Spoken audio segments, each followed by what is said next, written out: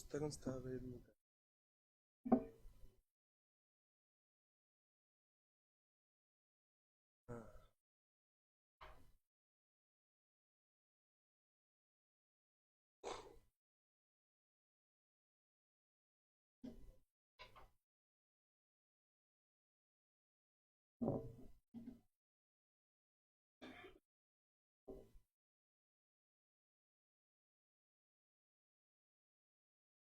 वही डाल।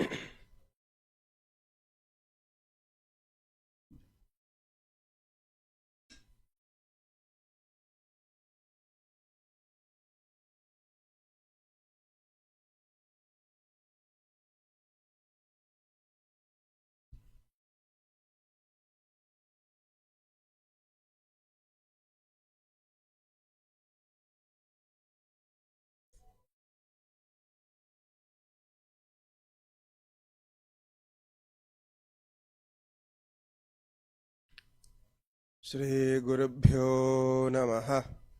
हरिः ओम्। श्रुतिस्मृतिपुराणानामालयं करुणालयं नमामि भगवत्पादं शङ्करं लोकशङ्करम्। शङ्करं शङ्कराचार्यं केशवं बादरायणम् सूत्रभाष्यकृतो वन्ते भगवन्तौ पुनः पुनः। ईश्वरो गुरुरात्मेति मूर्तिभेदविभागिने व्योमवद्व्याप्तदेहाय दक्षिणामूर्तये नमः। श्रीदक्षिणामूर्तये नमः।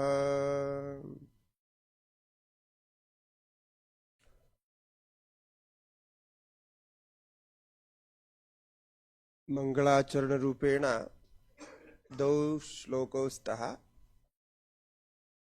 तौ पठामः। तत्र लिखितमासीत्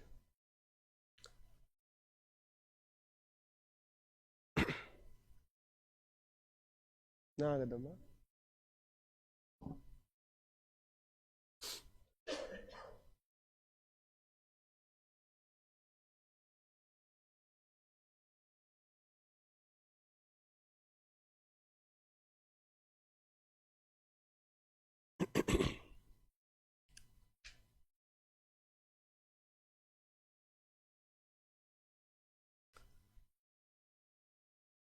अनादिनिधनं देवं जगत्कारणमीश्वरम्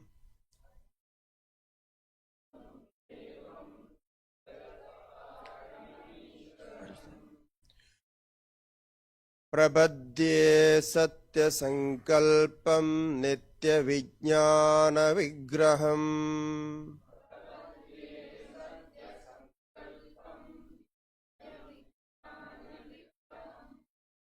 यदीयस्तर्ककिरणैरान्तरध्वान्तसन्ततिम्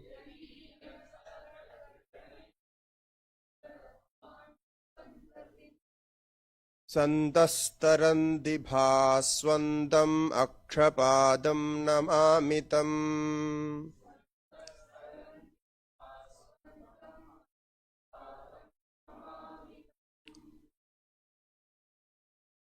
श्रीगुरुभ्यो नमः।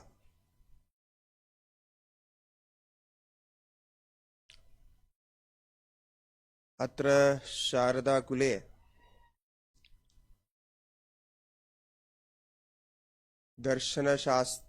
शास्त्राणां क्रमशः कार्यशाला प्रवर्तते इति इदानीं ज्ञातं। तत्र पूर्वकार्यशालासु प्रायः सांख्यदर्शनमारभ्य अन्येषां समेषां दर्शनानां विचारः अभवत्। इतः परं न्यायदर्शनस्य एवं नास्तिकदर्शनानां वेदान्तानां च कार्यशाला अवशिष्यते। अस्यां कार्यशालायां वयं गौतमप्रणीत न्यायदर्शनस्य चिन्तनं कुर्मः। न्यायदर्शनं तो प्रसिद्धमेव। भवन्तः इतः पूर्वं तर्कसंग्रहादि प्राथमिकग्रन्थानाम् अध्ययनम् अकुर्वन् इति चिन्तयामि, यतः तेषां ग्रन्थानां प्राथमिकपरिचयं विना सूत्राणां विचारः सम्यक् न कर्तुं शक्यते इति कारणतः पारिभाषिकशब्दानां ज्ञानम् आवश्यकमेव। प्रयतिष्ये सरलया भाषया प्रक्रियया च विवरणं करिष्यामि इति। यदि संशयः भवति चेत् मध्याह्नसत्रे प्रथमं संशयनिवारणं भवति, यतः इतः 11:30 इति भवति। तत्र प्रश्नान् प्रष्टुं शक्ष्यन्ति। यदि कुत्रापि प्रश्नः भवति, संशयः भवति चेत् तत्र पुस्तिकायां लिखित्वा अनन्तरं प्रष्टव्यम्। मध्ये यदि शब्दार्थे संशयः चेत्, शब्दार्थः न ज्ञायते चेत् तत्रैव प्रष्टुं शक्यते। विषयसम्बन्धी प्रश्नाः पृथक्तया भवन्तु इति तत्र तात्पर्यम्। एवं प्रथमं तावत् सर्वेषां परिचयः करणीयः। इत्युक्ते प्रथमं मम परिचयः, इदानीम् अहं हिमालयक्षेत्रे गङ्गातटे उत्तरकाश्यां निवसामि। तत्र आदिशङ्करब्रह्मविद्यापीठं नाम कश्चन आश्रमः अथवा गुरुकुलं वर्तते। तत्र निवसन् पठामि पाठयामि च। अयमेव मम संक्षिप्तपरिचयः। मम नाम स्वामी हरिब्रह्मेन्द्रानन्द तीर्थ इति। अतः एकैकस्य परिचयं भवतु, अनन्तरम् अग्रे चिन्तयामः। भवन्तः वदन्तु। नामपरिचयः।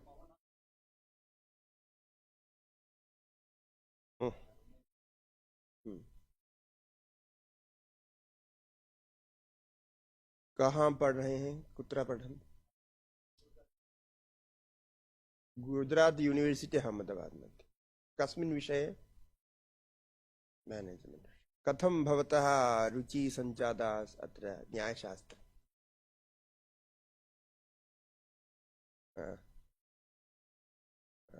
संस्कृत भाषा समझ में आ जाती है? कोई बात नहीं। भवती?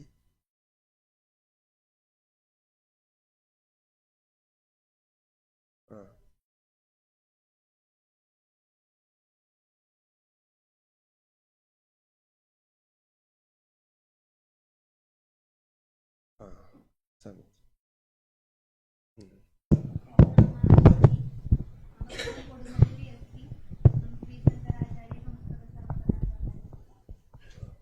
कस्मिन् विषये? न्यायविभागे अस्तु।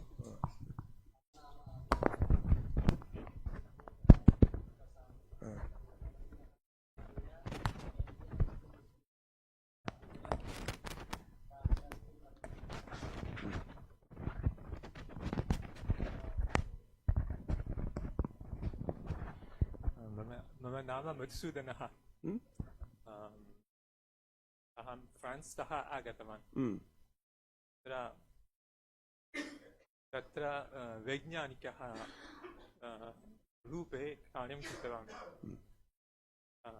भारतदेशे इदानीम् अहं संस्कृतं पठामि। पञ्चवर्षाणि तः।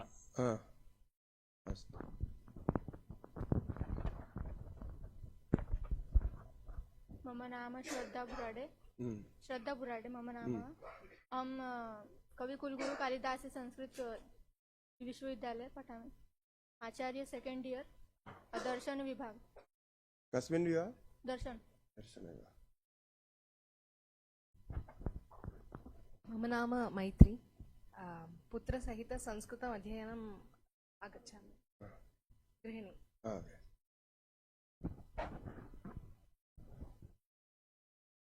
मम नाम अशोक कुमार। अहम् इदानीं कोटे वासं करोमि, निवृत्तः ततः।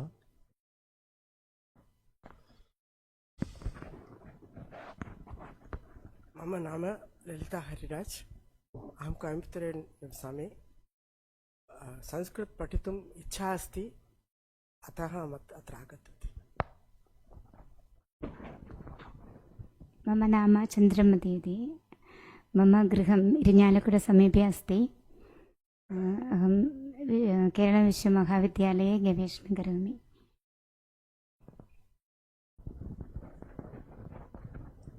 नाम मालती। गृहं मलप्पुरम जिल्लायां केरळीया अस्मि। संस्कृतभारती कार्यकर्त्री च।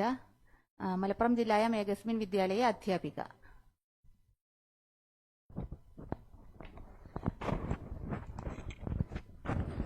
मम नाम अजितन् वार्यर्।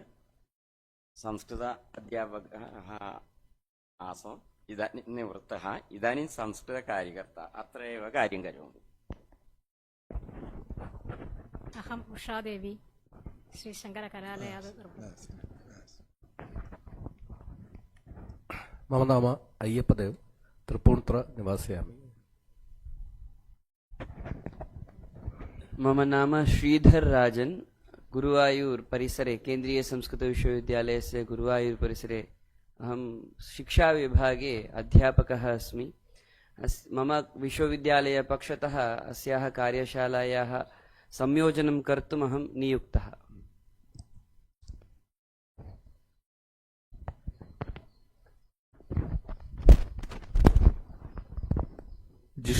जिष्णुः मूलतः इडुक्की जनपद। कालडी संस्कृत विश्वविद्यालये PhD कुर्वन् अस्मि। संस्कृतभारती कार्यकर्ता।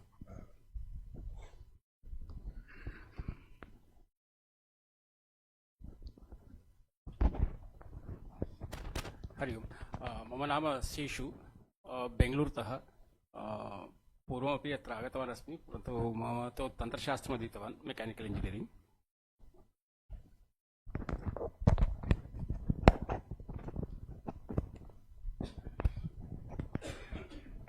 मम नाम सिद्दीक्।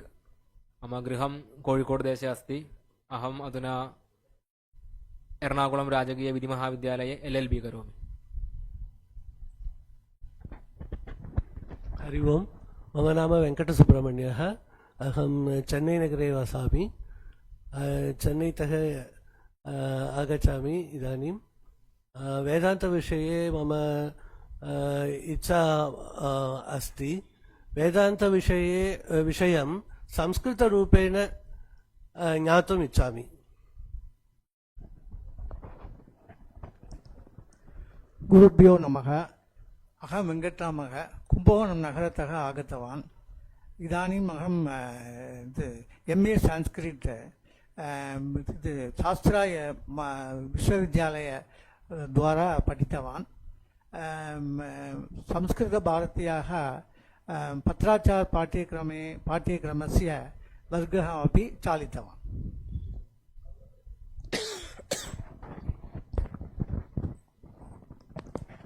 अहं सोमन्, कोल्लं निवासी।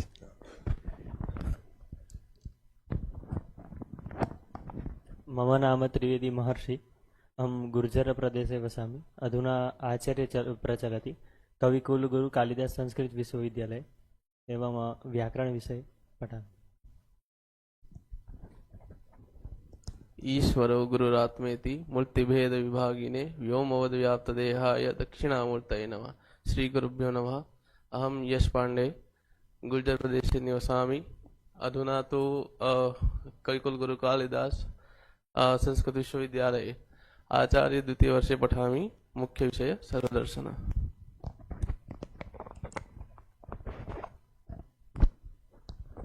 अनघा अस्मि त्रिशूरेव त्रिशूर्मध्ये मण्णोतीतः आगतवती श्रीशङ्कराचार्य संस्कृतसर्वकलाशालायां वेदान्तविभागे शोधछात्रा अस्मि।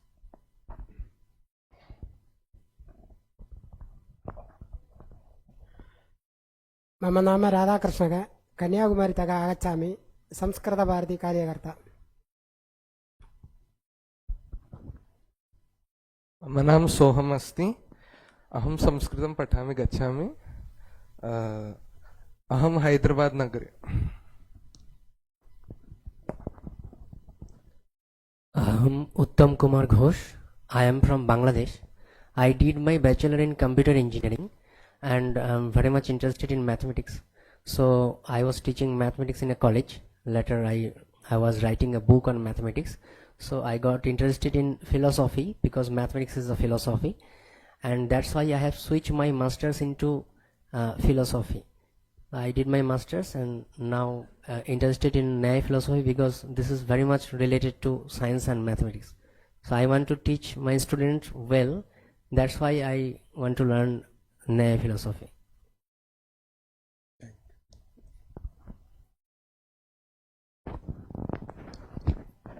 मम नाम गीतम्मा, अहम कोटयन्तः आगच्छामि। मयं सहस्रनाम क्लास् में कक्षा में अस्मि। मयं सामाजिक दृष्टुम् आगच्छति।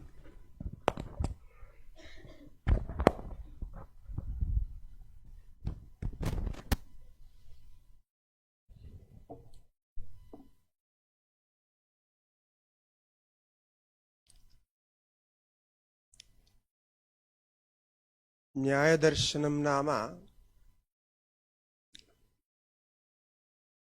यद्यपि सर्वेषां दर्शनानामेव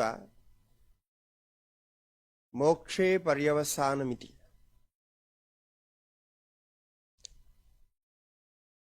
इत्युक्ते मोक्षः अपवर्गः एव सर्वेषां दर्शनानां परमं फलमिति वक्तुं शक्यते। किन्तु तन्मोक्षस्य प्राप्तिः कथं वा भूयात्, मार्गः कः इति अन्वेषणायां दर्शनानां भेदः वर्तते। अतः मार्गभेदेन चिन्तनभेदेनैव दर्शनभेदः इति वक्तुं शक्यते।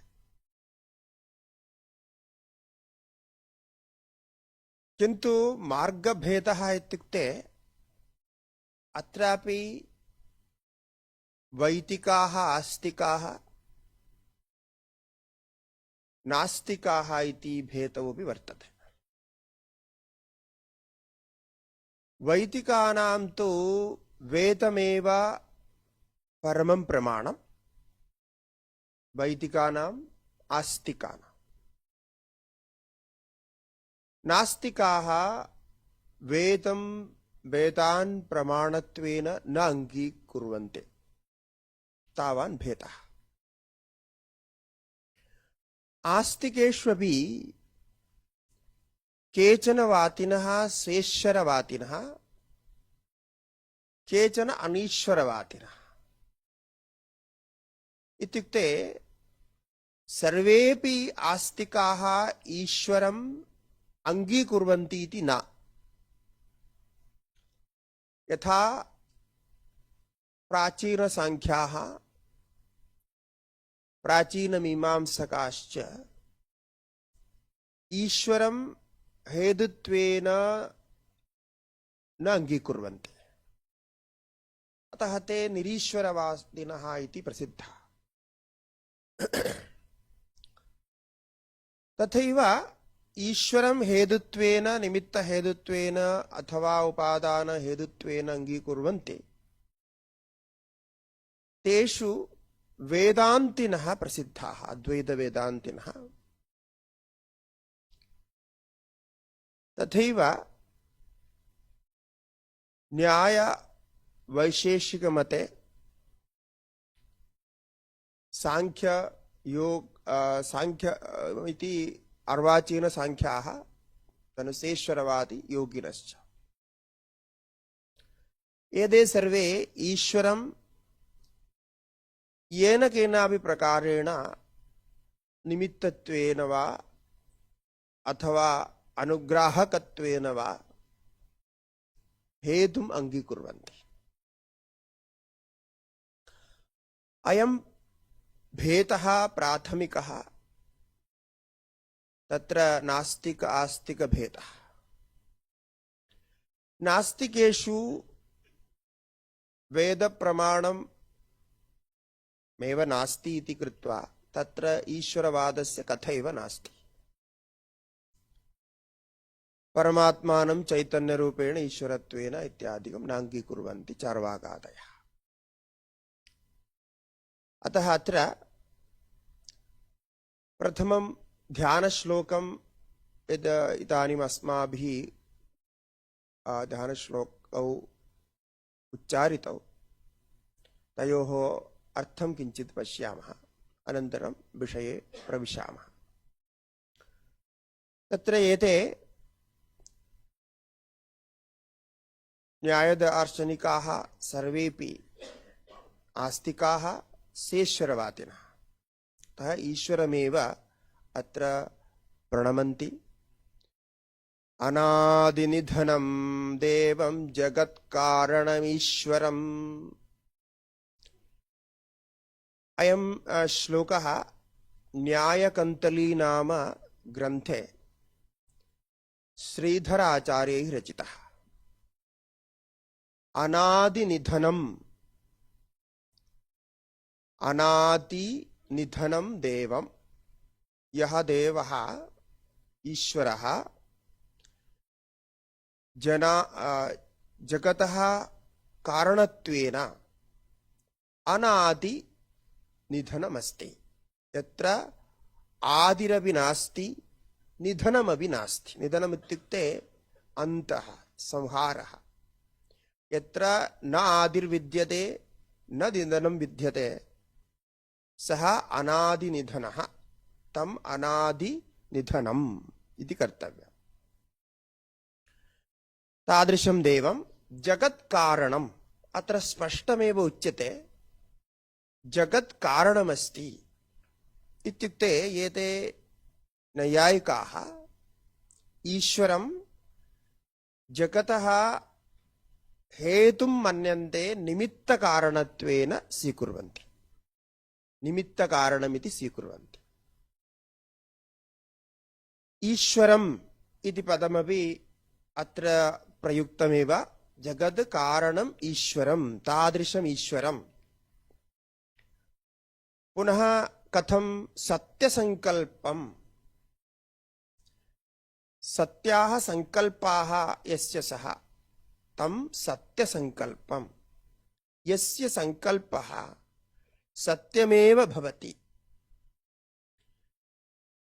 असत्यम् अविदथं न भवति इत्यर्थः।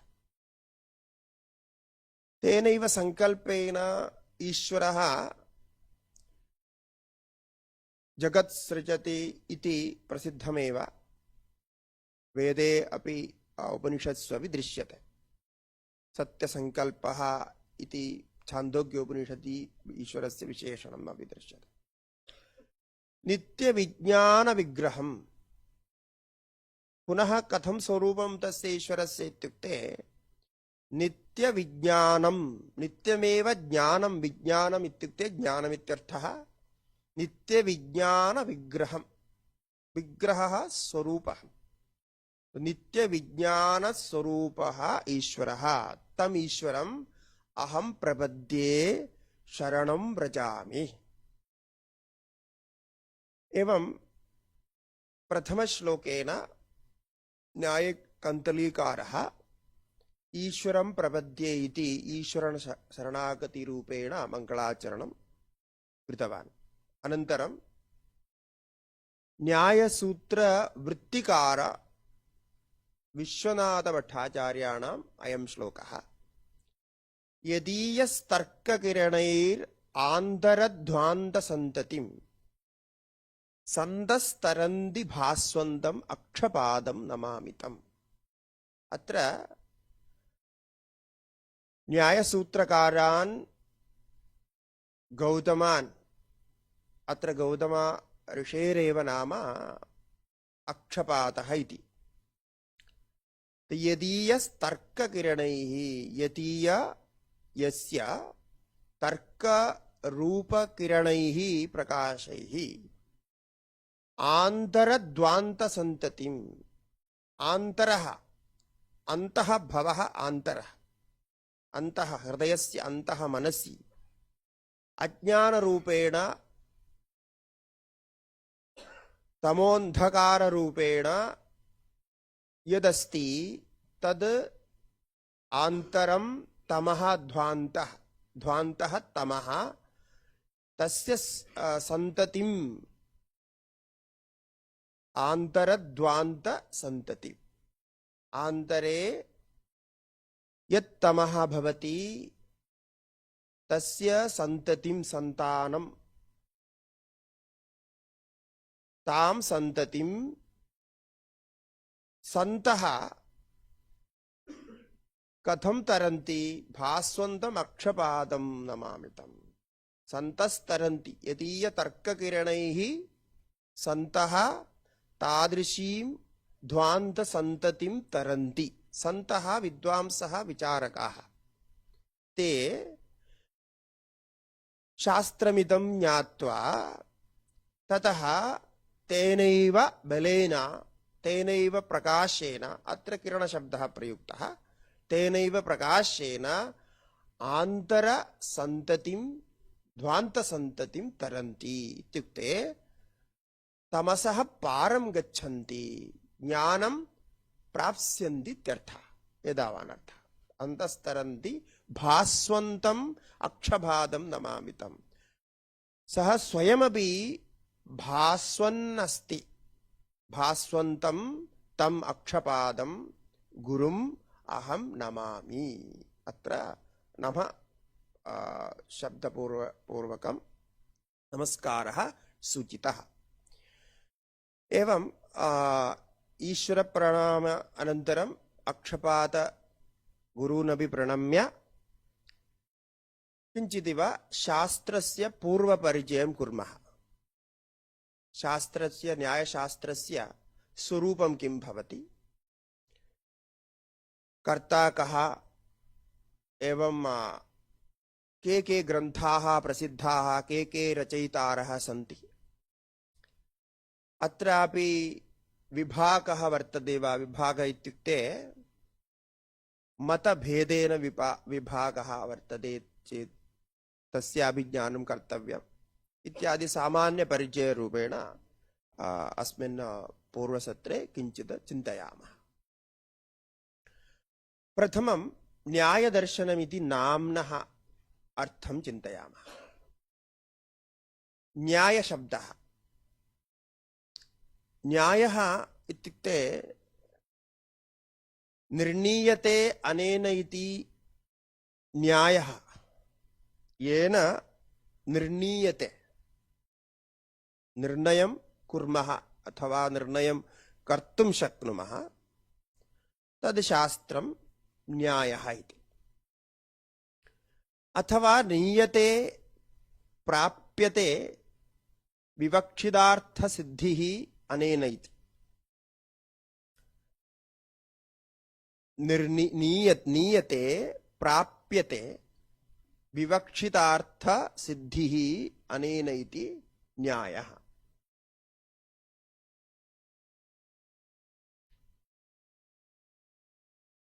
अत्र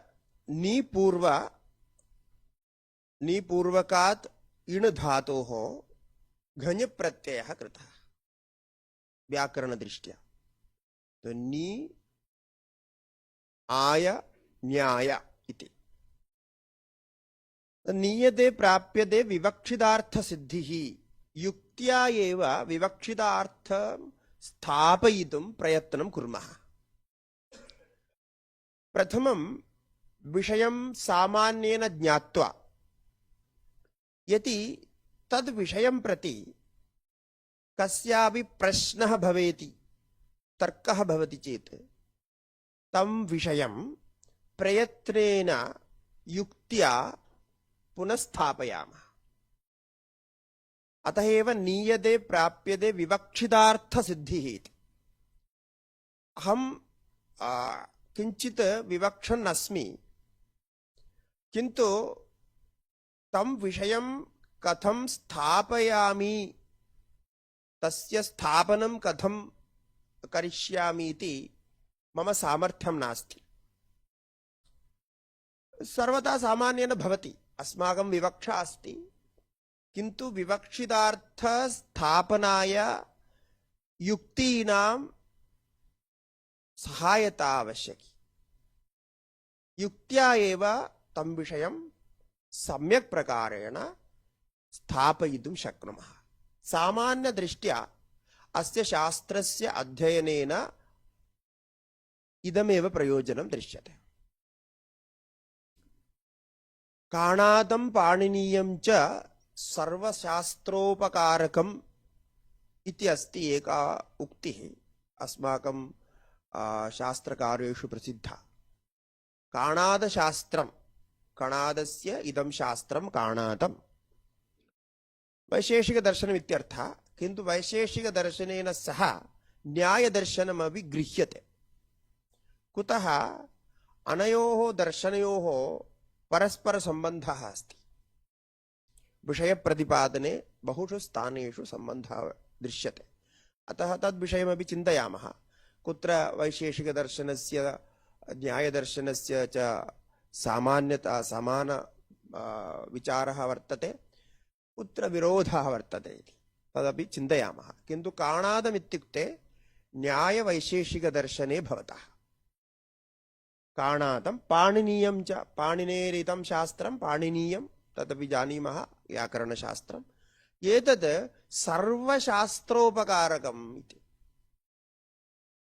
सर्वशास्त्राणाम् उपकारकं भवति।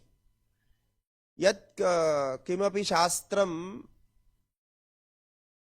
शास्त्रस्य अध्ययनं कुर्मः तस्य उपकाराय भवति। एतद्द्वयं विहाय संस्कृतसाहित्ये अध्ययनमेव न भवति इत्यर्थः। केवलं भाषाज्ञानेन ग्रन्थानाम् अध्ययनं तु भवति, पठितुं शक्नुमः, किन्तु विचारदृष्ट्या युक्त्या ग्रन्थस्य विषय अन्तःप्रवेशः युक्त्या एव भवति इति कारणतः न्यायदर्शनस्य अत्यन्तम् अपेक्षा वर्तते।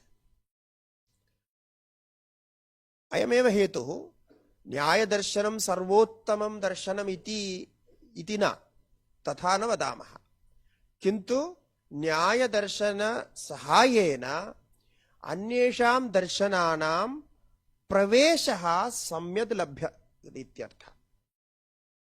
तावदेव प्रयोजनमस्य इति। अतः काणादं पाणिनीयं च सर्वशास्त्रोपकारकम् इत्युक्तम् अभियुक्तैः।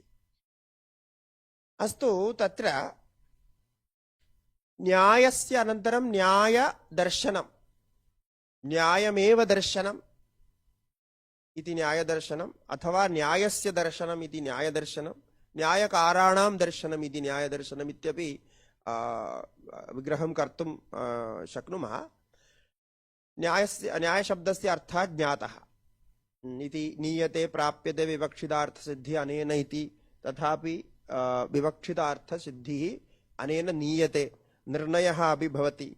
यत्किमपि जानीमः तद्विषये यदि संशयः भवति चेत् तस्य निर्णयोऽपि अनेन शास्त्रेण भवति इत्यर्थः। अस्तु, किं नाम दर्शनमिति? दर्शनमित्युक्ते संस्कृतभाषायां दर्शनमिति किं भवति? दर्शनं दृश्यते इति, देखना। सो दर्शनमिति तथा भवति, दृश्यते इति। किन्तु दृश्यधातोः केवलं दर्शनमेव अर्थः न, तत्र ज्ञानमपि अर्थः। ज्ञानमपि अर्थः, दर्शनमित्युक्ते ज्ञानमित्यपि अर्थः। मया अहं पुस्तकं पश्यामि इति सामान्यभाषया, मया पुस्तकं दृष्टम्। अहं पुस्तकं पश्यामि इत्युक्ते अहं पुस्तकं पश्यामि इति चक्षुषा पश्यामि इति एकः अर्थः। द्वितीयः अर्थः अहं पुस्तकं जानामि इति पुस्तकस्थविषयमपि जानामि इत्यपि अर्थः। मया दृष्टः सः कः इति मया दृष्टः इत्युक्ते मया ज्ञातः इत्यर्थः। सम्यक् ज्ञातः, अहं तं जानामि, सम्यक् जानामि इत्यपि अर्थः भवति। अतः दृशधातोः केवलं दर्शनमिति न, तत्र ज्ञानमपि अर्थः वर्तते। किन्तु दर्शनशास्त्रमित्युक्ते अत्र पुनः अपि विशेषः अर्थः। दर्शनशास्त्रमित्युक्ते केवलं फिलोसफी इति न, तत्त्वशास्त्रमिति न। किमपि उच्यते, केनापि प्रकारेण उच्यते, तदेव दर्शनम् इति न। यतः अस्माकं शास्त्रेषु केषाञ्चिदेव दर्शनशास्त्रमिति संज्ञा, न सर्वेषां दर्शनशास्त्रमिति संज्ञा नास्ति। यथा भागवतपुराणस्य दर्शनशास्त्रमिति संज्ञा नास्ति, वेदस्यापि दर्शनशास्त्रमिति संज्ञा नास्ति, व्याकरणशास्त्रस्यापि दर्शनशास्त्रमिति विशेषसंज्ञा नास्ति। अर्थात् दर्शनशास्त्रमित्युक्ते तत्र कोऽपि विशेषः विवक्षितः। अन्येभ्यः शास्त्रेभ्यः अस्य विशेषः अपि विवक्षितः इति चिन्तयामः। तदेव दर्शनशास्त्रमिति भवेत्, दर्शनमिति भवेत्। तत्र इदानीं 12 दर्शनानि सन्ति, इतोपि 12 दर्शनेभ्यः अधिकानि अपि दर्शनानि सन्ति, किन्तु सामान्येन 12 दर्शनानि एव पठामः, चिन्तयामः इति। अन्ये भक्तिदर्शनानि, अन्यानि अपि दर्शनानि सन्ति। अद्यत्वे भारतवर्षे तत्र तत्र राज्ये राज्ये पृथक् पृथक् दर्शनानि सन्ति। बहवः पन्थानाः प्रसिद्धाः, अतः दर्शनानि अद्यत्वे नूतनानि अपि भवन्ति, सन्तु नाम। किन्तु अत्र दर्शनशब्दस्य अर्थः यदा अर्थं चिन्तयामः तथा दर्शनमित्युक्ते प्रथमं जीवनविषये, अस्माकं जीवने यः परमपुरुषार्थः, अस्माकं जीवनस्य परमपुरुषार्थः कः? पुरुषार्थः कः? पुरुषैः अर्थ्यते प्रार्थ्यते इति पुरुषार्थः इति। किं भवद्भिर्प्रार्थ्यते? किम् आवश्यकं भवति? धर्मार्थकाममोक्षः। तद् किमर्थम् आवश्यकम्? धर्मार्थकाममोक्षाः किमर्थम् अपेक्षन्ते इति। धर्मार्थकाममोक्षान् ज्ञातुं वा, केवलं ज्ञानाय वा? तेषां किमपि प्रयोजनं भवेत्। धर्मं ज्ञात्वा अर्थं प्राप्य, कामं प्राप्य, मोक्षं प्राप्य किमपि प्रयोजनं भवेत्। तदेव प्रयोजनं पुरुषार्थः। तद् धर्मेण, अर्थेन, कामेन, मोक्षेण लभ्यते इत्यर्थः। अतएव पुरुषार्थः। पुरुषैरर्थ्यते, प्रार्थ्यते इति मार्गरूपेण। किं भवति तत् प्रयोजनं? किं भवति? सुखजीवने किं प्रयोजनं भवति? सुखमेव प्रयोजनं भवति।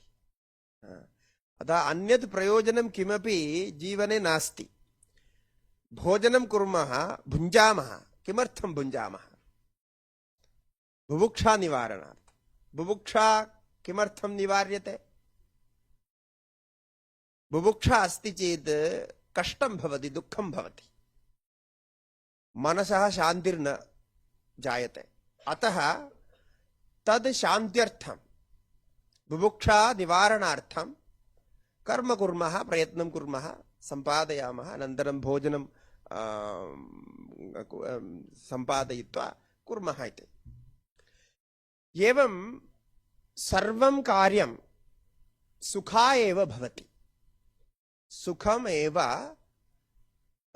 जीवानाम् इत्युक्ते सर्वेषां जन्तूनां प्राणिनां प्रयोजनरूपेण परमं प्रयोजनं भवति। यत्र सुखं न लभते तत्र कोऽपि प्राणी न प्रवर्तते। अतः प्रयोजनम् अनुद्दिश्य मन्दोऽपि न प्रवर्तते इत्युक्तं खलु।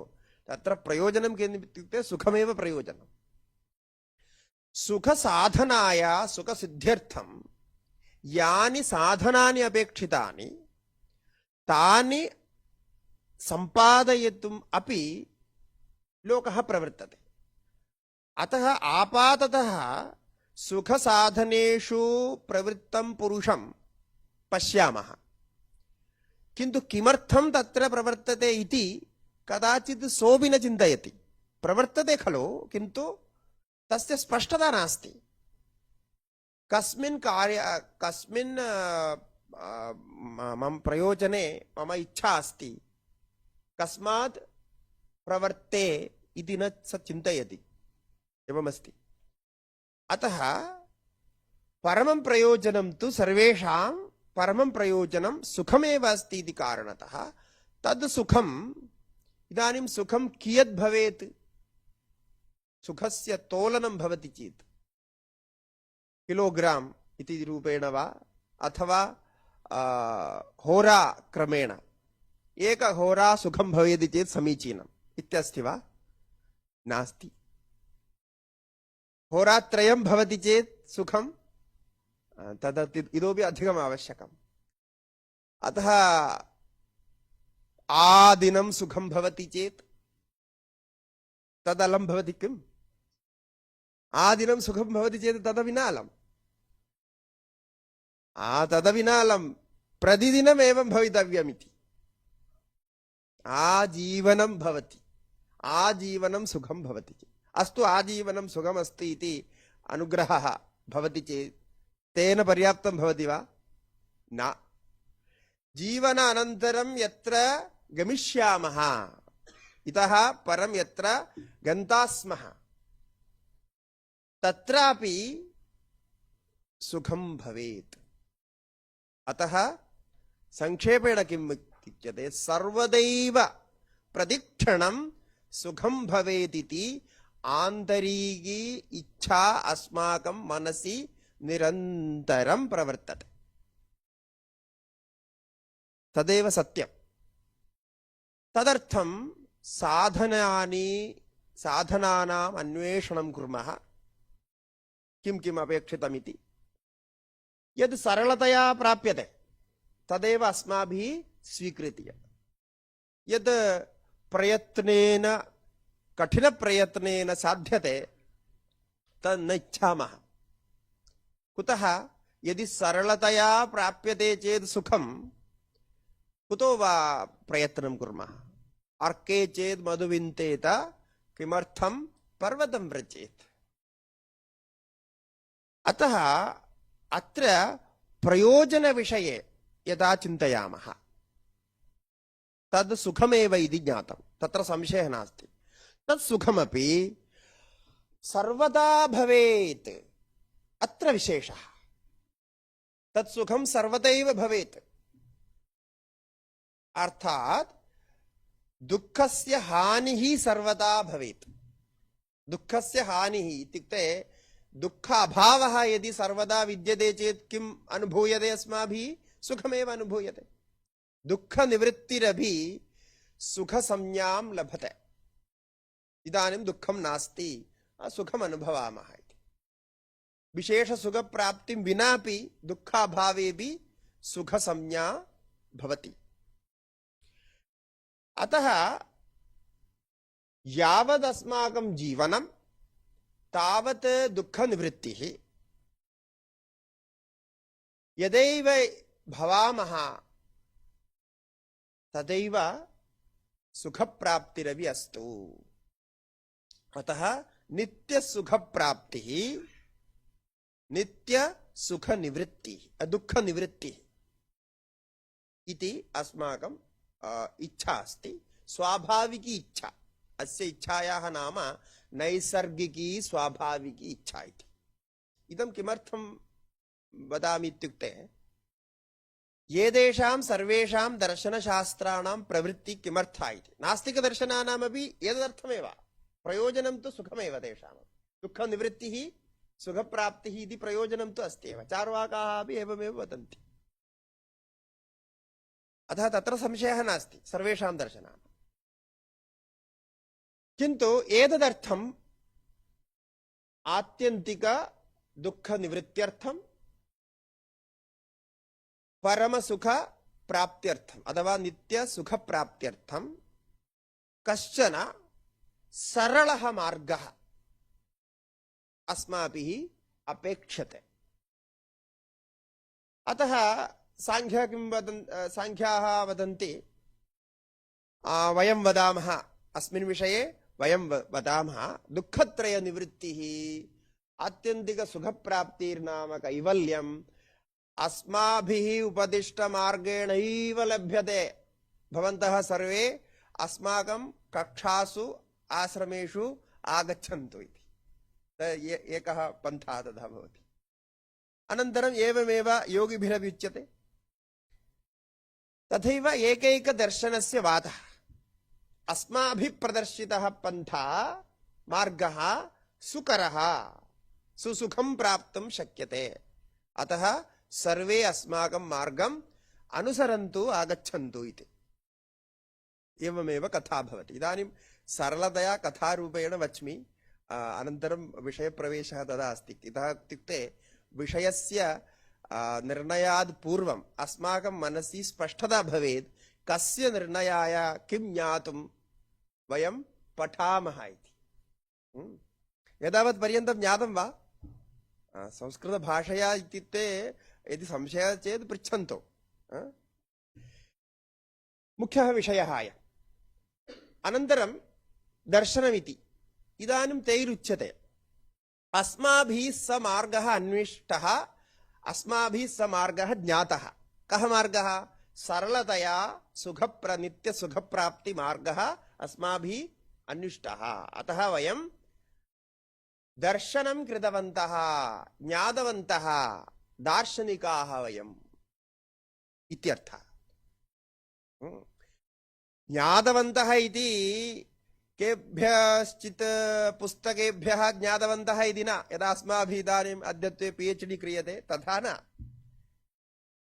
ते तु अनुभवं कृतवन्तः इति। दर्शनम् इत्युक्ते केवलं विज्ञानं न, फिलोसफी इति केवलं तत्त्वज्ञानं ज्ञास्यामः इति न, अपि तु ते ज्ञातवन्तः इत्युक्ते अनुभवं कृतवन्तः इत्यर्थः।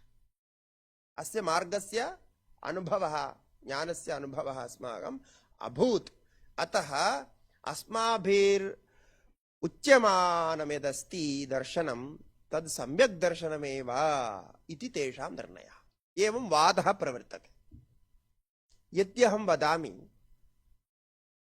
मम यद् वचनं तद् सत्यमस्ति, भवतां वचनं तथा नास्ति, भवतां वचनं सत्यं नास्ति, विधतमस्ति इत्युच्यते चेत् किं भवति? तत्र विवादः भवति।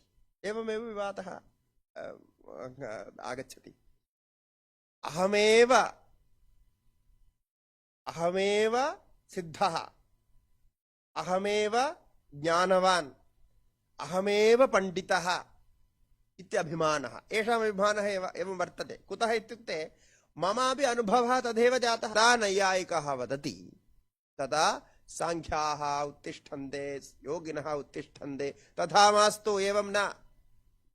वेदान्तिनः सर्वेभ्योऽपि उपरि उत्तिष्ठन्ते। भवन्तः सर्वे यद्वदन्ति भवन्तः सर्वे द्वैतिनः, द्वैते तु सत्यं नास्ति, अद्वैते एव सत्यमस्ति इति वेदान्तिनः। एवं विवादः प्रचलति। अतः दर्शनशास्त्रिणामेव परस्परविवादः सामान्येन अस्माकं दर्शनशास्त्रेषु दृष्टः। यत्र शास्त्रार्थवादः इत्यादि प्रवर्तते दर्शनशास्त्रसम्बन्धेनैव प्रवर्तते। दार्शनिकदृष्ट्या अन्येषु व्याकरणशास्त्रेषु धातुप्रत्ययादिविषये कदाचित् संशयः भवति चेत् तद्विषये तत्र चर्चा अस्ति। व्याकरणशास्त्रेपि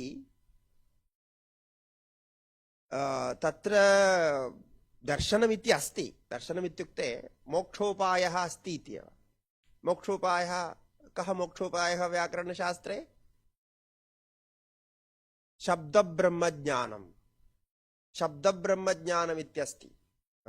व्याकरणभाष्ये पस्पर्श अधिकरणे पूर्वमेव पतञ्जलिना शब्दब्रह्मविषये उक्तं। शब्दब्रह्मैव भवति तस्य ज्ञानं। शब्दज्ञानेनापि मोक्षः लभ्यते इति। केवलं शब्दज्ञानेनापि, शब्दज्ञानस्य अन्तः गत्वा परादृष्ट्या, परा पश्यन्ति मध्यमा वैखरी इत्यादि रूपेण भवति। तदा परादृष्ट्या यदि शब्दं जानन्ति चेत् तत्र ज्ञानमस्ति इति मोक्षः लभ्यते इति तेऽपि वदन्ति। अस्तु, तद् अन्यः विषयः। वाक्यपदीयादिग्रन्थेषु अस्य विवरणं दृश्यते। किन्तु दर्शनशास्त्रदृष्ट्या एतानि भवन्ति दर्शनानि, साङ्ख्यादिदर्शनानि। तेषां स्वीयपक्षे अत्यन्तमाग्रहत्वात् एव तत्र विवादः प्रवर्तते। अतः दर्शनशास्त्रमित्यस्य को अर्थः? परमसुखप्राप्त्यर्थं, दुःखत्रयनिवृत्त्यर्थं यद् ज्ञानं तदेव दर्शनमित्युच्यते।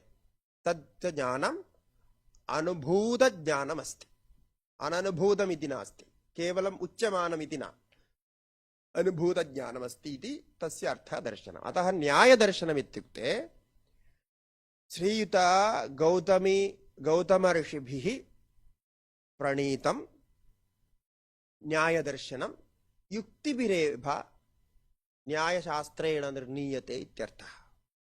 एवम् अस्मिन् न्यायदर्शने इदानीं वयं पठामः। पठ्यमानमिदं न्यायदर्शनं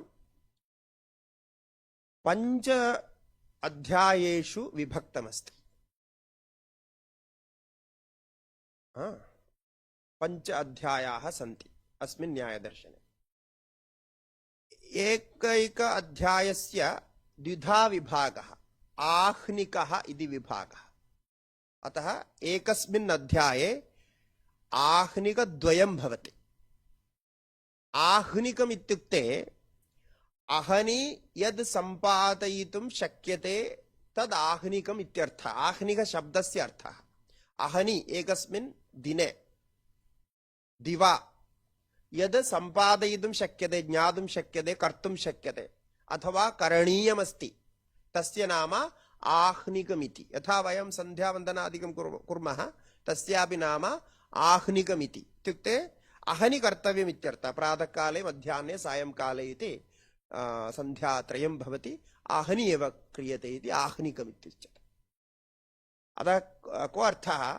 अत्रापि एकस्मिन् अहनि यद् कर्तव्यं तदेव आह्निकरूपेण निश्चितम्।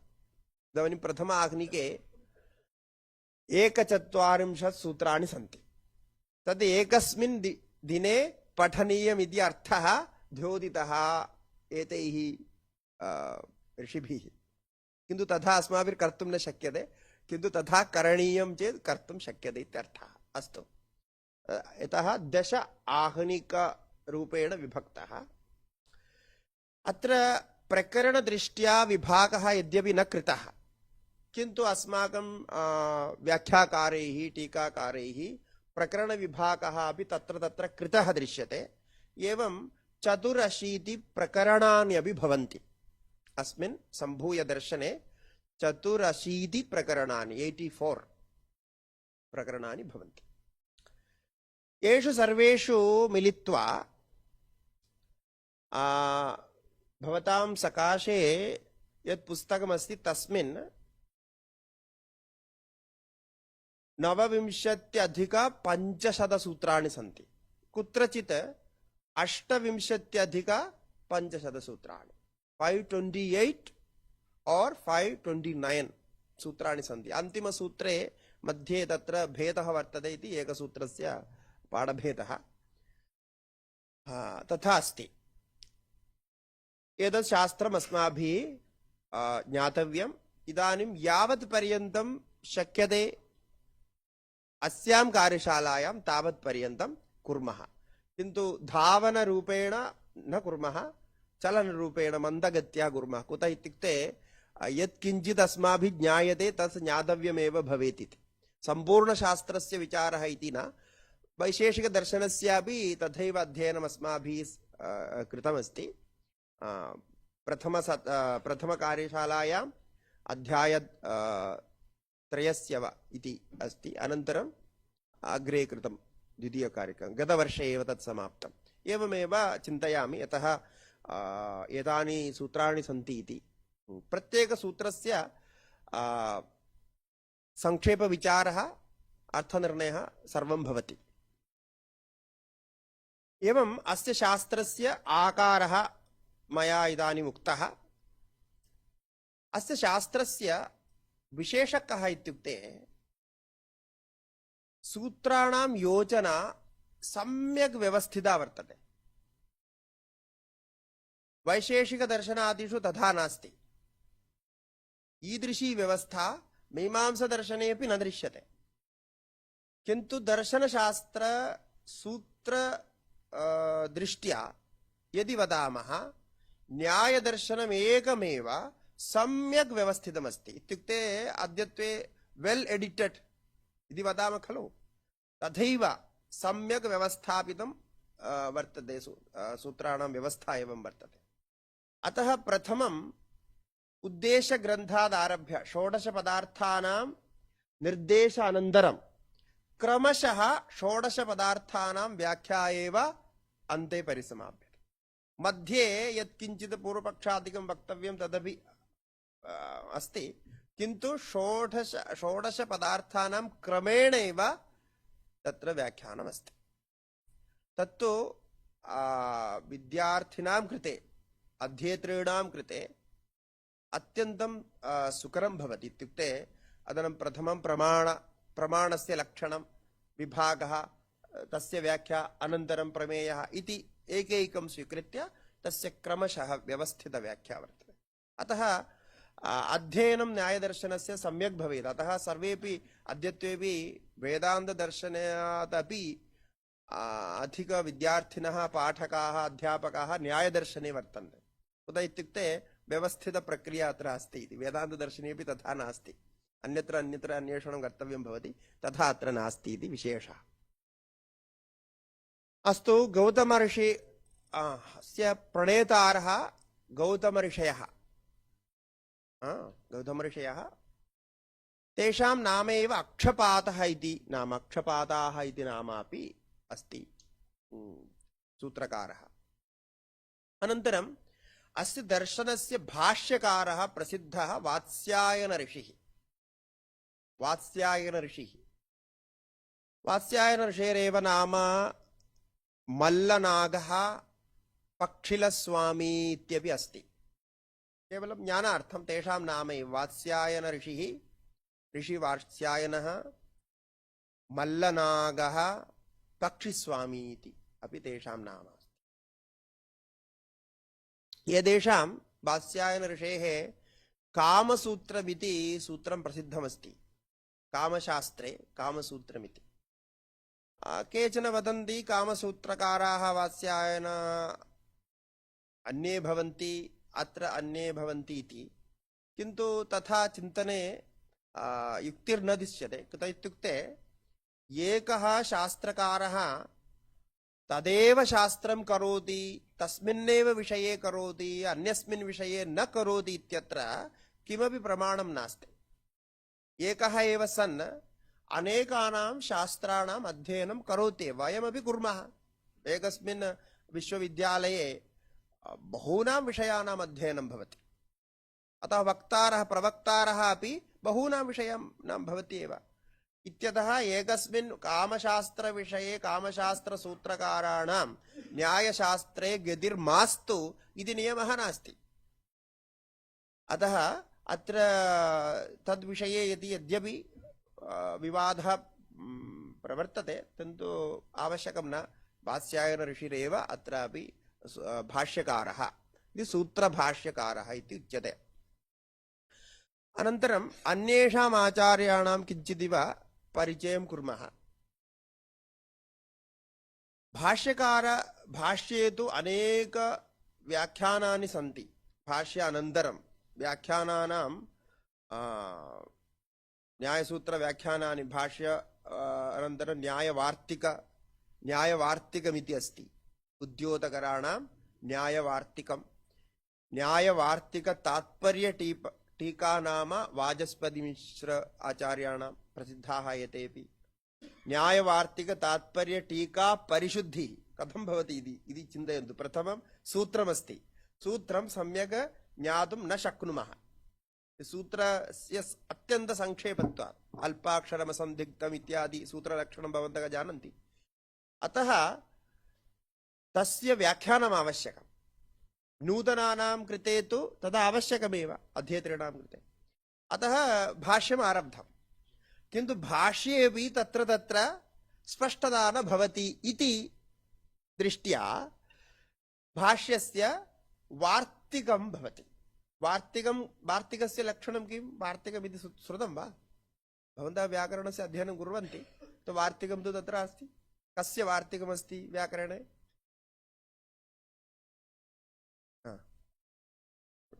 वार्तिकज्ञा विचक्षणाः एवमस्ति। अत्र अस्माकं शास्त्राणामयं विशेषः।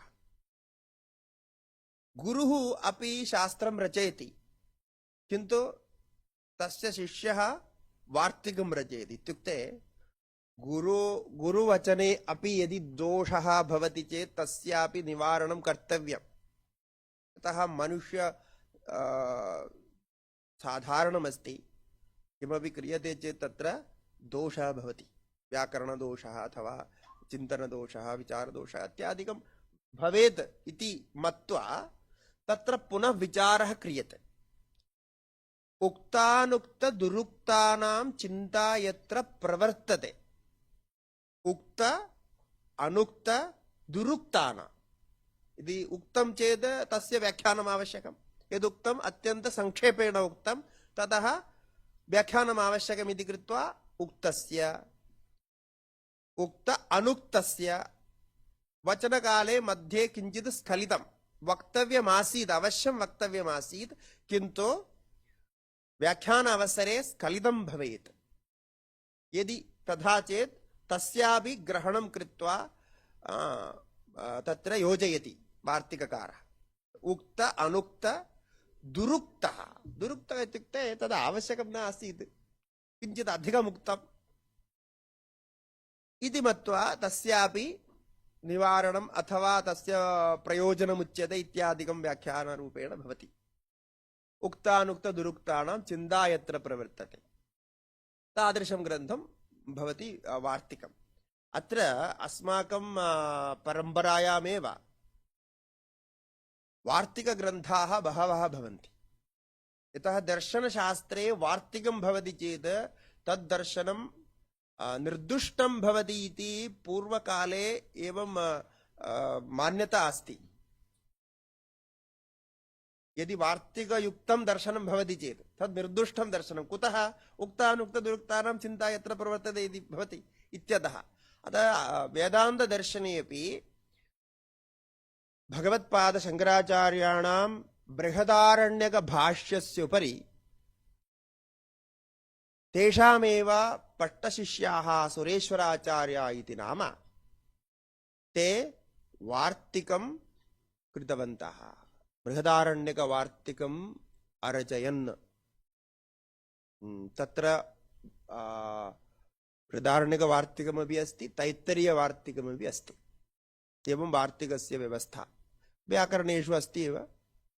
तो वार्तिकम् अनन्तरं न्यायवार्तिकतात्पर्यटीका वार्तिकस्य उपरि वार्तिकम् अधिकृत्य वाचस्पतिमिश्रैः तस्यापि पुनः विचारः कृतः पक्षविपक्षाणां च विचारः तत्र वर्तते तदुपरि न्यायवार्तिकतात्पर्यटीकायाः परिशुद्धिः नाम उदयनाचार्याणाम् एवं प्रवर्तते यद् सर्वं सामान्येन ज्ञातव्यं ग्रन्थपरम्परा अस्माकं दर्शनेषु कथं वर्तते इति महती परम्परा वर्तते विशेषतः न्यायदर्शने वेदान्तदर्शने उदयनाचार्यस्य परिशुद्धिः नाम अनन्तरं न्यायनिबन्धप्रकाशिका इति वर्धमानाचार्यस्य तदपि भाष्यस्य उपरि एव भाष्यमधिकृत्य एव न्यायालङ्कारः इति श्रीकण्ठाचार्याणां न्यायवृत्तिः इति अभयतिलक उपाध्यायानां न्यायसूत्र उद्धारः इति वाचस्पतिमिश्र अयं द्वितीयः वाचस्पतिमिश्र न्यायरहस्यं रामभद्रस्य न्यायसिद्धान्तमाला जयरामस्य इति अद्यावति मधुरनाथस्य न्यायसूत्रव्याख्या इति अद्यावति निरन्तरं विस्तारः भवति प्रायः गतशताब्दौ एव सर्वं समाप्तमिति दृश्यते गतशताब्दी अनन्तरं न्यायशास्त्रेषु वैशेषिकदर्शनेषु अन्यत्र साङ्ख्यदर्शनेषु एतादृशप्रामाणिकग्रन्थानां रचना न अभूदित्येव दृश्यते वेदान्तस्य तु भवति किन्तु न्यायादिदर्शनानां साङ्ख्यदर्शनानां तथा वेदग्रन्थस्य प्रणयनं न दृश्यते कुतः इत्युक्ते वेदान्तदर्शनस्य प्रचारानन्तरम् अन्येषां दर्शनानां केवलम् अध्ययनमात्रेण एव सन्तुष्टिः तत्र अभ्यासरूपेण अथवा साधनादि अभ्यासः इति नास्ति इति कृत्वा तेषां व्याख्यानादिकम् अधिकं न भवति इति दृश्यते एवं भाष्यविषये मया किञ्चित् उक्तम् एवं आचार्याणामपि परिचयः कर्तव्यः महान्तः आचार्याः अस्मिन् विषये सन्ति यथा उदयनाचार्यस्य विषये इदानीम् उक्तं न्यायकुसुमाञ्जलिकारः उदयनाचार्यः तेषाम् एकः ग्रन्थः अस्माकं प्रियः आत्मतत्त्वविवेकः नाम आत्मतत्त्वविवेकः इत्युक्ते आत्मतत्त्वविवेकः इति नाम अस्ति किन्तु तत्र ईश्वरसिद्धिः दृश्यते युक्त्या ईश्वरस्य सिद्धिर्कथं भवति इति आत्मतत्त्वविवेकग्रन्थे सम्यक् प्रकारेण प्रतिष्ठापितम् उदयनाचार्यैः युक्त्या अपि ईश्वरस्य चिन्तनं भवितुमर्हति इति नास्तिकानां कृते एव तस्य ग्रन्थस्य रचना ते बौद्धाः जैनाः अन्ये अपि आसन् नास्तिकाः तेषां या युक्तयाः आसन् तासां युक्तीनां निराकरणेन ईश्वरसिद्धिः कथं भवति इति अस्मिन् दर्शने संस्थाप्यम् तस्य व्याख्यानम् अद्यत्वे हिन्दीभाषायाम् आङ्ग्लभाषायां सर्वत्र लभ्यते आत्मतत्त्वविवेकः नाम अयं ग्रन्थः तर्कसङ्ग्रहादि तर्कभाषा इति अस्ति केशव मिश्र आचार्याणां तर्कभाषा एवं न्यायसिद्धान्त मुक्तावली नाम विश्वनाथभट्टाचार्यस्य वर्तते तर्कसङ्ग्रहः वर्तते एतत् सर्वं भवन्तः जानन्ति सर्वप्रथमं तर्कसङ्ग्रहेण आरम्भं कुर्मः तर्कसङ्ग्रहः न्यायबोधिनी इत्यादिकम् अध्ययनं कृत्वा एव न्यायशास्त्रे प्रवेशः लभ्यते यदि भवन्तः न इदानीम् अद्यावधि न कृतवन्तः चेत् पुनः कर्तव्यं तर्कसङ्ग्रहस्य टीकानाम् अध्ययनम् अनन्तरं न्यायशास्त्रे न्यायशास्त्रे वा प्राचीनन्यायशास्त्रे वा प्रवेशः सम्यक् लभ्यते इति अस्तु एतद् सर्वं यदुक्तं तद् सर्वम् अस्य नाम प्राचीनन्यायशास्त्रमिति वयं तु गौतमसूत्राणाम् अध्ययनं कुर्मः तत् प्राचीनन्यायशास्त्रे कुर्मः अत्र नव्यन्यायः इत्यपि अस्ति नव्यन्यायः नव्यशब्देन नूतनन्यायः इत्यर्थः गङ्गेश उपाध्याय नाम कश्चन महान् आचार्यः आसीत् 12 शताब्दौ ते न्यायशास्त्रम् अधिकृत्य एवमेव बौद्धन्यायमपि अधिकृत्य नव्यन्यायस्य नूतनां प्रक्रियां रचितवन्तः। अवच्छिन्नवातः इति दृश्यते। कस्यापि साध्यतावच्छेदक सम्बन्धावच्छिन्न साध्यतावच्छेदक अवच्छिन्न प्रतियोगिता सम्बन्धावच्छेदक अवच्छिन्न इति तदवच्छेदक अवच्छिन्न अवच्छिन्न इति भवति। यद् अत्यन्त संक्षेपेण वक्तव्यं साहचर्य नियमो व्याप्तिः इति तर्कसङ्ग्रहे अस्ति, तत् संक्षेपेण वक्तव्यमस्ति। तत्र साध्य अभाववद् आवृत्तित्वम् इति पूर्वपक्षि व्याप्तिः, पूर्वपक्षव्याप्तिः साध्याभाववद् आवृत्तित्वमिति। तस्यैव नव्यन्यायदृष्ट्या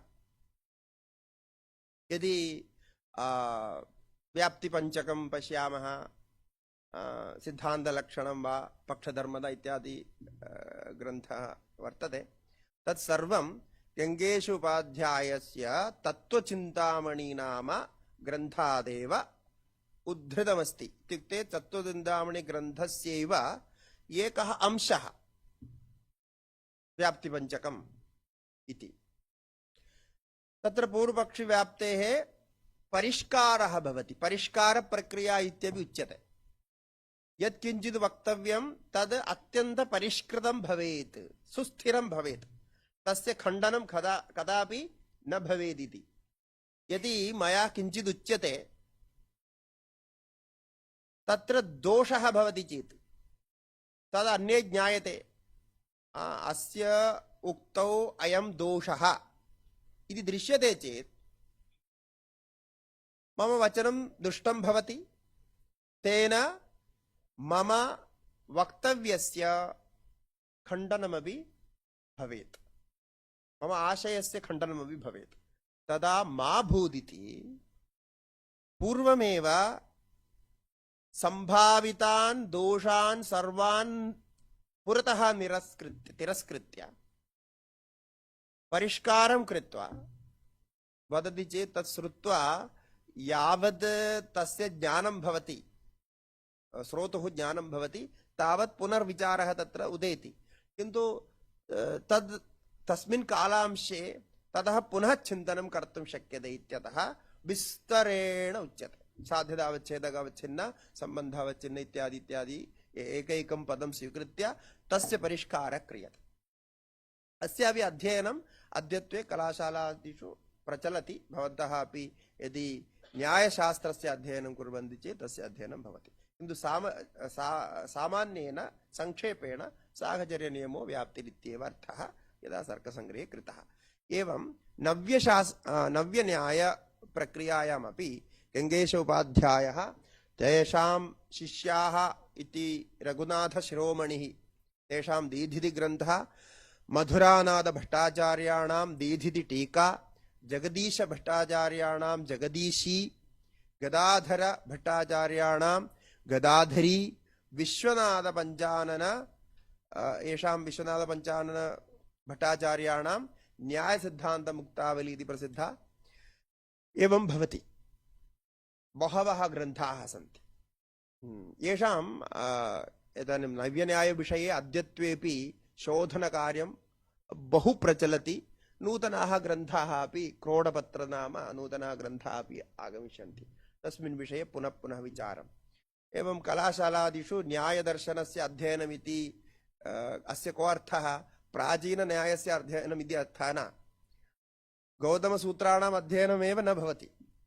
तर्कसङ्ग्रह इत्यादि प्रक्रियया आरभ्य न्यायसिद्धान्तमुक्तावली, ततः परं नव्यन्याये प्रवेशः, अनन्तरं नव्यन्यायस्य अध्ययनमेव न्यायदर्शनस्य अध्ययनमिति प्रचलति। सूत्राणाम् अध्ययनं नास्ति।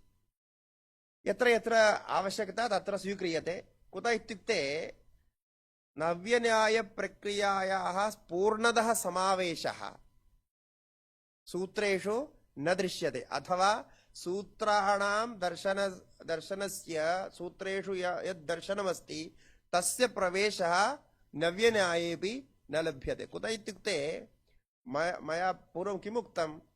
सुखप्राप्ति परमप्रयोजनाय एव अस्य शास्त्रस्य प्रवृत्तिरिति।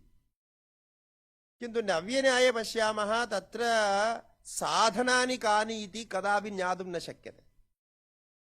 नव्यन्याय आचार्यान् यदि पृच्छन्ति चेत् नव्यन्याये किं साधनमस्ति, किं कर्तव्यम् अस्माभिः साधनरूपेण मोक्षप्राप्त्यर्थं किमपि न जानन्ति।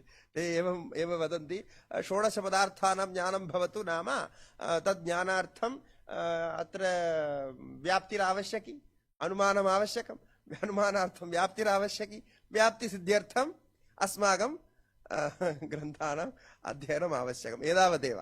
ततः परं साधनानि न सन्ति, किन्तु सूत्रे साधनानि अपि दृश्यन्ते, तद् अग्रे अहं चिन्तयामः।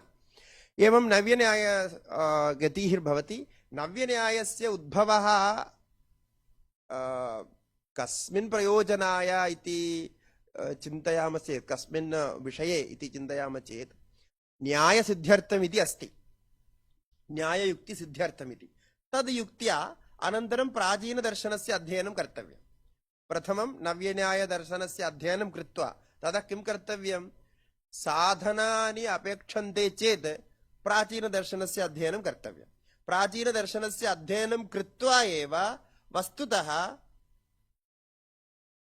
मोक्षमार्गः लभ्यते इति क्रमः अनुसरणीयः, किन्तु तथापि अद्यत्वे न दृश्यते। ये नव्यन्यायस्य अध्ययनं कुर्वन्ति ते तदध्ययनानन्तरं वेदान्तस्य अध्ययनं कुर्वन्ति, साक्षादेव वेदान्त अध्ययनं कृत्वा ततः एव सर्वं ज्ञातुं शक्यते इति तथैव भवति स्थितिः। अस्तु, एतत् सर्वं केवलं भूमिकारूपेण उक्तम्।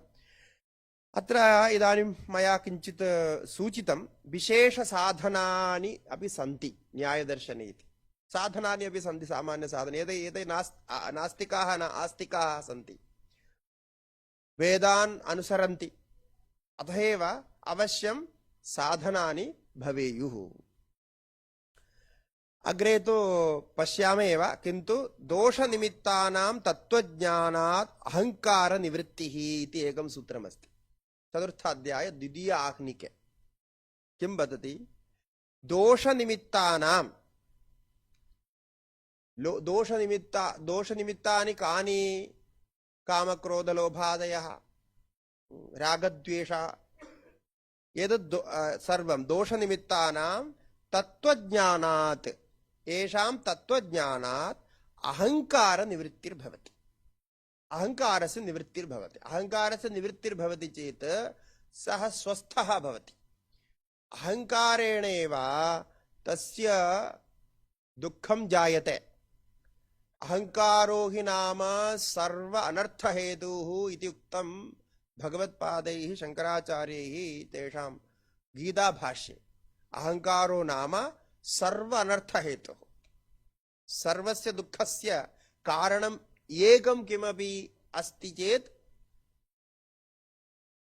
तदहङ्कारः एव इत्यर्थः। अतः पश्यन्तु, इदानीं केवलं न्यायशास्त्रस्य अध्ययनं अहङ्कारस्य निवृत्तिरपि भवति, किन्तु अद्यत्वे नैयायिकाः तथा न पश्यन्ति। अहङ्कारनिवृत्त्यर्थं न्यायशास्त्रस्य अध्ययनमिति न पश्यन्ति, समर्पणाय अध्ययनमिति पश्यन्ति। तेषाम् आशयकः, कुत्रापि अस्माकं समर्पणं मा भूदिति। यत्र कुत्रापि गच्छामः वयं सर्वत्र जेष्यामः, तत्र समर्पणमिति नास्ति, तथा अस्ति।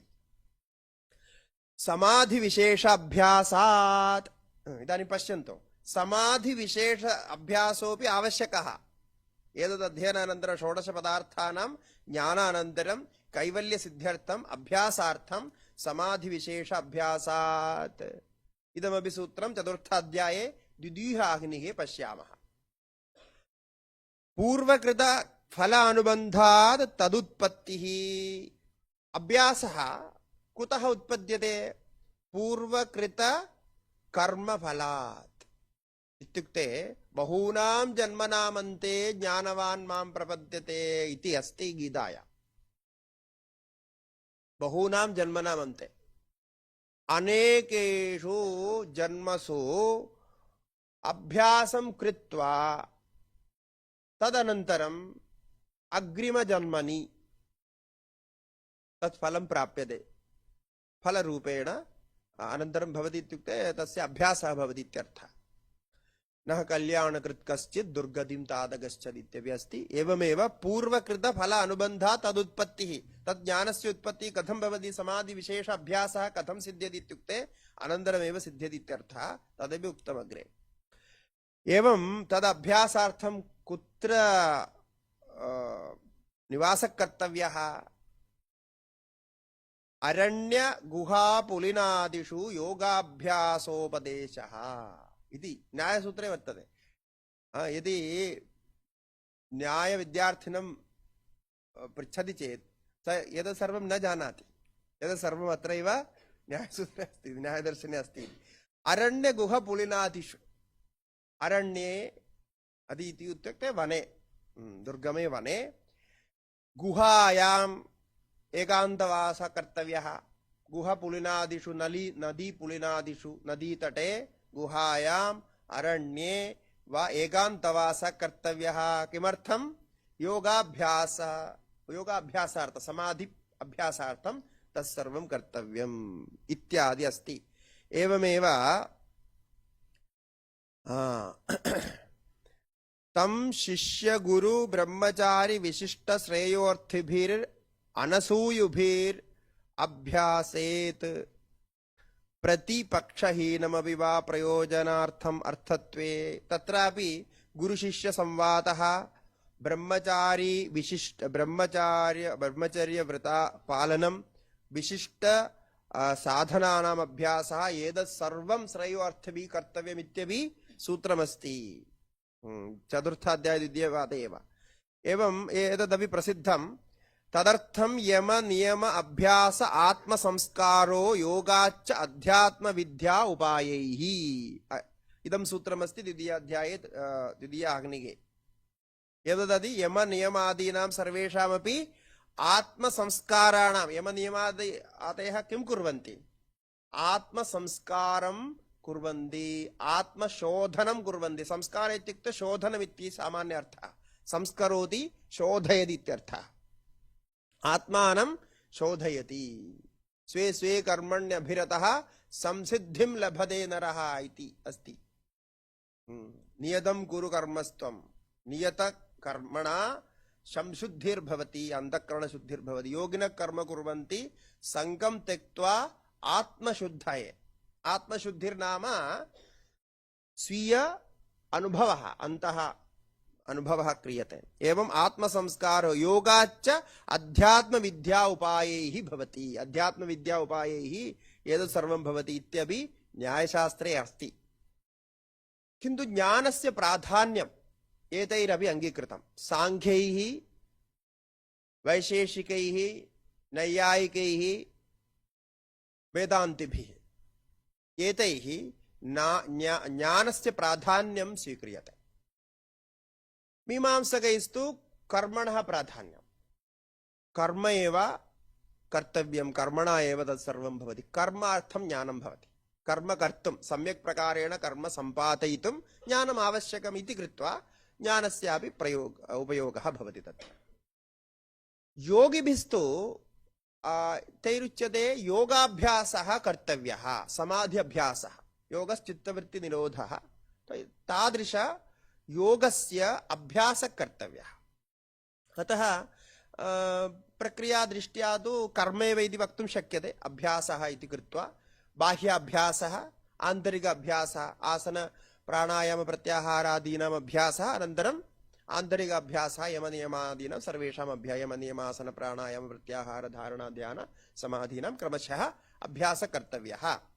तत्र अभ्यासं कृत्वा यदा समाधिर्जायते, समाधि अनुभवः जायते, ततः परं समाधिस्थचित्तेन अथवा समाधि संस्कारेण संस्कारितचित्ते ज्ञानम् उत्पद्यते। किं तत् ज्ञानं? विवेकख्यातिरिति आख्यायते। विवेकख्यातिर्नाम ज्ञानमुत्पद्यते कुत्र? समाधिना संस्कृते चित्ते, शुद्धे अंतःकरणे। संप्रज्ञात समाधि, असंप्रज्ञात समाधि इत्यादिकं तत्र अस्ति। एवं तत्रापि क्रिया प्राधान्यं दृश्यते। क्रिया इत्युक्ते कर्मरूपेण बाह्यक्रिया इति न आन्तरिकक्रियायाः प्राधान्यं दृश्यते। ततः परं ज्ञानं, ज्ञानात् साक्षात् जीवन्मुक्तिर्नाम कैवल्यावस्था प्राप्यते इति। अस्तु, एवं एतेषां मते अपि ज्ञानमेव प्रधानं वर्तते वैशेषिकनैयायिकानां। तथापि तद् ज्ञानसिद्ध्यर्थं एतत् सर्वं साधनम् आवश्यकमेव इति एते अङ्गीकुर्वन्ति इति स्थितिः। अत्रैव वयं यथा सूत्रं क्रमशः सूत्राणि पश्यामः, तत्र ज्ञानं भवति, दुःखनिवृत्तिर्कथं भवति, दुःखजन्म प्रवृत्तिदोषमिथ्याज्ञानानाम् उत्तरोत्तर अपायात् अपवर्गः इति भवति। अस्तु, एतद् किञ्चित् टीकारूपेण रचिता अस्ति। अत्र यत्किमपि उक्तं अत्र नोट् कृत्वा तत्सर्वं ज्ञातव्यं भवति। अनन्तरं प्रवेशः यदा भवति तथा तत्र स्पष्टमपि भवति, किन्तु एतेषां चर्चा तु पुनः न भवति। अतः अत्र यत्किञ्चित् उक्तं शास्त्रविषये तद् चिन्तयित्वा यदि प्रश्नाः सन्ति चेत् अग्रिमसत्रे चिन्तयामः। अस्तु, इदानीम् अत्रैव समापयामः। हरिः ओम्। श्रीगुरुभ्यो नमः। हरिः ओम्। नारायण।